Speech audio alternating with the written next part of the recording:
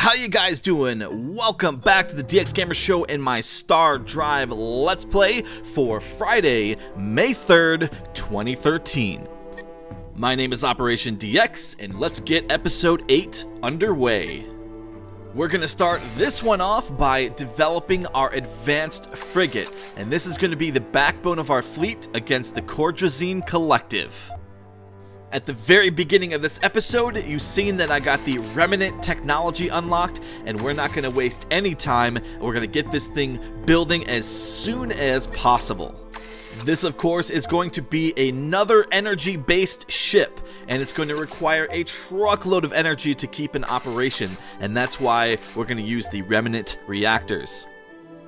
Because this is a bigger ship and we're not really so concerned about how fast it can turn in combat, we're basically putting the two large warp engines on the bottom of there. They're the capital warp engines, and then we've got the two basic almost fighter or maneuverable engines there on the sides, and that's all we're going to have for non-FTL flight. We're also not extremely far down the weapons tree, so we're using lower end weapons. We got the fusion beams, and we have the point defense lasers, and basically those are going to pretty much, hopefully, be able to take on whatever the Cordrazine can throw at us. Now, obviously, the point defense lasers don't do a ton of damage. They're basically just to put DPS on the ships, and then those bigger lasers on the side, we're going to point those so that they have all areas of the ship covered, and as soon as we finish getting everything placed on the ship, we'll go ahead and set up the weapon fire arcs.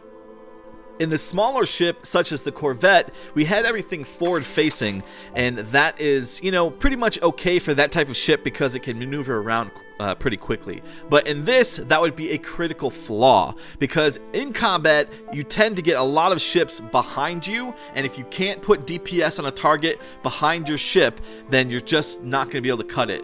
So that's why we're going to go ahead and point these fire arcs behind us, so that way at least we have a little bit of DPS. As I had explained in the previous episodes, as long as you have a little bit coming out and you have a whole bunch of these ships, you'll be able to do a significant amount of damage. And then these point defense lasers, we're just going to put them broadside. So basically whatever side that any craft are on, they're going to be fired upon with these smaller lasers. Although they don't do a ton of DPS, every little bit counts. Although we have pulled quite a bit of DPS out of the front of the ship still does a ton of damage. So if you find yourself in a front-to-front battle with this ship, you're still going to take a significant amount of damage because it's got the forward mount fusion beams along with the two fusion turrets, and I believe those kind of bypass shields a little bit, so we'll probably do direct damage to their hull even if their shields are fully operational. And then for defensive measures, we got the class 3 shield in the middle, and then we have the remnant shield in the front and back, and that gives us a total of 20,000 shields. Well, I'm pretty happy with how this ship is turned out. I'm going to go ahead and give it a name here, Rem for remnant, L for laser, heavy, and I'm calling it a Corvette even though it's a frigate, and SDK.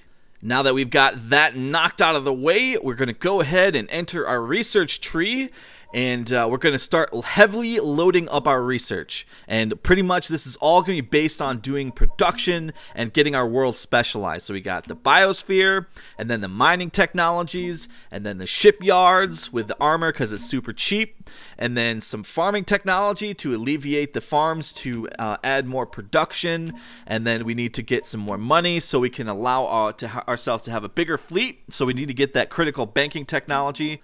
I'm actually going to go ahead and rearrange a little bit here, get the higher tier farming technology, then we'll throw in the banking technology because we want to get our ships building, and then it'll be more important to have more money later.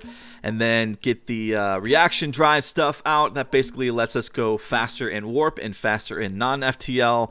And then let's go ahead and throw the cruiser in here and throw in the medium freighter. We'll always use that. Some better weapons, some better point defense type weapons, and then phasers, the canopy shield, which we might use on the cruiser if we actually build one. Then we'll get the large planetary shields, and then finally we get the terraforming technology, which we're probably not going to use, but that of course will help planets that aren't favorable to our race. So this is going to be a very focused episode. We're just making preparations to get our empire ready to take on the Cordrazine, because it is going to be a heck of a fight, and I want to make sure I have all of my areas covered before we start getting all crazy and engaging. And again, because we just loaded the game from our last save game, we get that indicator that pops up telling us that we have those dead races still in a couple of our planetary systems, and it's warning us that there could be an attack, but there's not, because they're actually gone and they are not going to do anything. So we'll just clear those. Now that we're in a mode where we're basically strengthening our empire, we're going to want to go ahead and expand into a couple more planetary systems, just so I can get things done a little more rapidly. And I want to make sure that I hadn't missed any somewhat decent planets that I can go ahead and colonize, and we'll send off some ships. We'll build probably a couple more transports to get those things going up a little faster. That'll be important. Then after we get the biosphere technology, we are going to manually build those on every planet, because the AI does not tend to build those, and that is important to get up and running as fast as possible, because that will give us additional population on all of our planets, and they'll be able to produce things at a faster rate, research at a faster rate, and that is of course going to play a critical role in getting our fleet out and assembled and ready to take on the Cordrazine. So again, basically what I'm doing here is I'm going to my top 4 most productive planets, and I'm building 2 colony ships apiece, and I'm basically going to go into a planet grav mode. The reason why I'm manually building them is because the AI doesn't always build the best ones, or the ones that I like to build when colonizing planets, and I like to colonize them rapidly. So they tend to build the starting colony ships, and I prefer to get the jump colony ships because they can actually get to the location quickly, and that's why I'm building them manually. So when you go ahead and click on a planet and you already have these built, you can just hit colonize if it's a planet of interest, and if they're built, they'll automatically start traveling out and go into those planets. If they're not built, it's similar to how it works in the fleet screen, where you hit requisition and build. It'll automatically build those colony ships and send them off, and that's why I'm just saying how I build them manually, so that those particular ones get built. And as you can see here, I've got a couple of ships lingering behind, back from the battle from the last episode from the polyps, and they basically are returning back to get into the main formations of the fleet that I specified at the end of that episode. And there we go. There is our biosphere unlock, and we're just going to go ahead and check to see how the production is going on all the other planets. The colony ships are pretty much all done, and we're just going to keep clicking on the biosphere on this and make sure that it gets built on every single planet right away, immediately, and that is definitely going to help us move along a little bit more quickly. I don't know why the AI doesn't choose to build these right away and right immediately off the bat. Maybe you have to specify a certain type of planet. I'm not sure, but I make sure that these things get done, like I said, because they just give you a nice boost. Now, there is a factor you have to play into this.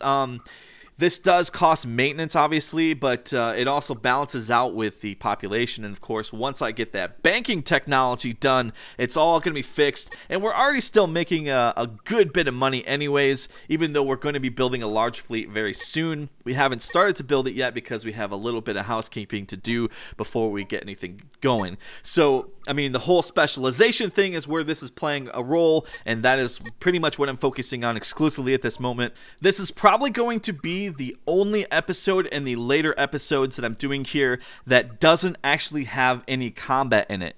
There's just a lot to focus on here, and I don't want to leave it lagging behind before I get the major engagements going with the last 2 races. So hopefully this episode may help some of you that are having a hard time with the game and don't quite have the whole grasp of all the mechanics down. You can kind of see what I'm doing here in this particular episode and kind of use it as a guide to make yourself uber in the game of Stardrive. Typically in the harder games, this is sort of a mid-game strategy. This isn't a late-game strategy. This is something you want to try to get done early on, and possibly even earlier than I've actually done it in this episode. You may want to set aside and specialize immediately. We've actually been so aggressive we haven't had time to focus on this area of the game, and at this point we have to stop because it'll just hurt us later on if we don't get all this done right now. Another thing you got to kind of think about too is you've pretty much seen me play this straight on real time. There's been no cuts. I haven't done anything outside of what you've seen in the scope of this Let's Play. I pretty much load up the save game, immediately start recording, and start the episode, and that's pretty much how it's been working. And I just want to note that these last few episodes are probably going to be longer ones in the 30 to 40 minute range. And again, this is going to be the last episode for this week, and we have the big confrontation with the Cordrazine. That's probably going to take place on Monday. That'll be another long episode, and then we'll have either one or two more when we take on the Volfrin, and that will conclude this Let's Play. I'm doing that thing now that I said I was going to do, and I'm basically combing through all the star systems locally here, and now that I have all those colony ships, I've got about 8 of them, I'm not being picky at this point. I'm just pretty much picking anything with a relevant amount of food and production, and then I could just click on the colonize here on the bottom of the screen. You see that? And then basically all the colony ships that have been pre-built will be sent off to these planets. Now, if I pick more than 8 planets, what's going to happen is the planets with production are automatically going to build those as I described earlier, and they'll probably build these slower colony ships, these starting ones. So cool, and you can see the technology is rolling in right now, and that's because of our initial stages, how we set up our research, and now it's really paying off as we're getting a ton of research done really quickly. And now we're really seeing the info bar fill up really quickly as we get our planets colonized and our research done. And there's really a lot going on in this episode. Even though you're not going to see a ton of combat, there is a ton of things that actually are going to happen in this episode that are critical to the future success of our empire. So I was going to consider building the star lanes between the systems because I found out that they're actually not broken, like I said in the beginning of this Let's Play series. But it's already it's really too late. Even it was too late when I had found out that they weren't broken. And they do pick at your budget a little bit. So I'm going to go ahead and sacrifice the greater speed of transporting goods between my planets and sending ships between my planets. For that little bit extra of income, and you know that can make a difference, especially when we start building those shipyards because they're really expensive to maintain, but we're only going to build those on a couple of planets. But what they do is they give you a 20% boost to your production level when you're building ships, and all this stuff's going to play. So the food, the production from that, the bonus, the mining, and all that stuff, it's all going to play a huge thing as we start building the higher, more expensive ships here, especially if we get to the point where we're going to build cruisers. The frigates that we're building in a little bit here are going to cost somewhere about 900 to 1,000 production units. And to give you an idea, the earlier corvettes that we built for the Polyp invasion only cost about 250 in that range. So they're roughly, 4 times more expensive.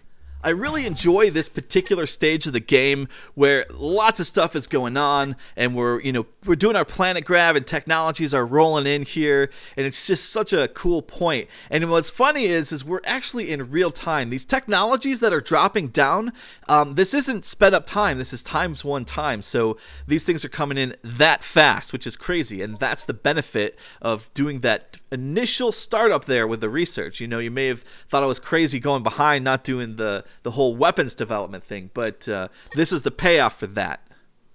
We also don't want to neglect the fact that we're carrying 2 very powerful artifacts. They're essentially giving us a 20% boost of research on top of everything that we're doing anyway. So yeah, there's a lot of things that are actually playing into this and the factors and all that stuff.